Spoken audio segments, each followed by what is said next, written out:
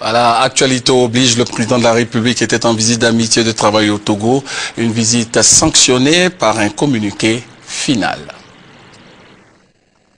Abordant les questions d'ordre bilatéral, le président de la République togolaise a salué la consolidation progressive de la paix retrouvée en Côte d'Ivoire et a assuré son homologue ivoirien de la coopération étroite du Togo à l'instauration d'un véritable climat d'apaisement et de réconciliation entre tous les Ivoiriens. Il a particulièrement émis le vœu que les prochaines élections législatives prévues en Côte d'Ivoire le 11 décembre 2011, échéance cruciale pour le renforcement des institutions démocratiques et républicaines, puissent se tenir dans un climat d'apaisement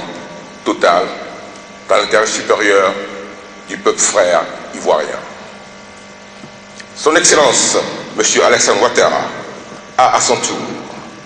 exprimé au président de la République togolaise, au gouvernement et à tout le peuple togolais la reconnaissance du gouvernement et du peuple ivoirien pour leur contribution à la résolution de la crise post-électorale qui a secoué la Côte d'Ivoire en début d'année et pour l'élan de fraternité et de solidarité dont ils ont fait preuve à l'égard des sœurs et frères ivoiriens en leur assurant au plus fort de la crise une paisible hospitalité au Togo. Son Excellence, M. Alassane Ouattara, a saisi l'occasion pour exhorter ses compatriotes se trouvant encore sur le sol togolais du fait de la crise à regagner dans la sérénité et en toute confiance leur pays. À cet effet, il a été procédé à la signature d'un accord tripartite entre le gouvernement de la République de Côte d'Ivoire, le gouvernement de la République togolaise et le bureau du Haut Conseil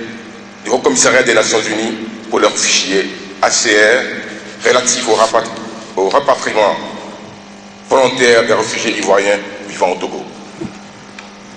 Le président de la République de Côte d'Ivoire a en outre noté avec satisfaction les efforts entrepris par le gouvernement togolais dans la voie de la réconciliation nationale et souhaité que la commission Vérité et Réconciliation mise en place après la crise post-électorale en Côte d'Ivoire puisse s'inspirer de l'expérience de son homologue togolaise pour la conduite sereine du processus de réconciliation nationale enclenché dans son pays. Leurs Excellences, M. Alassane Ouattara et Faure Ezzossina Gnassingbé ont marqué leur ferme engagement à œuvrer pour la promotion de la coopération entre nos deux pays dans les domaines politiques, sécuritaires, économiques, social, culturel, ainsi qu'en matière d'infrastructures et d'énergie. Dans cet esprit, les ministres ivoiriens de la Justice, de l'Intérieur, des Affaires étrangères, des Mines, du Pétrole et de l'Énergie, de l'Intégration intra-africaine et le ministre délégué à la Défense ont, au cours de cette visite, eu une séance de travail avec le homologue togolais qui a permis de mettre en exergue le souhait de voir aboutir le projet d'autoroute côtière Lagos-Dakar passant par Cotonou, Lomé, Accra et Abidjan, ainsi que le renforcement de l'interconnexion électrique entre les pays de la sous-région, notamment la Côte d'Ivoire, le Ghana, le Togo et le Bénin. Les deux chefs d'État ont également réaffirmé leur engagement à œuvrer à l'accélération du processus d'intégration de la sous-région,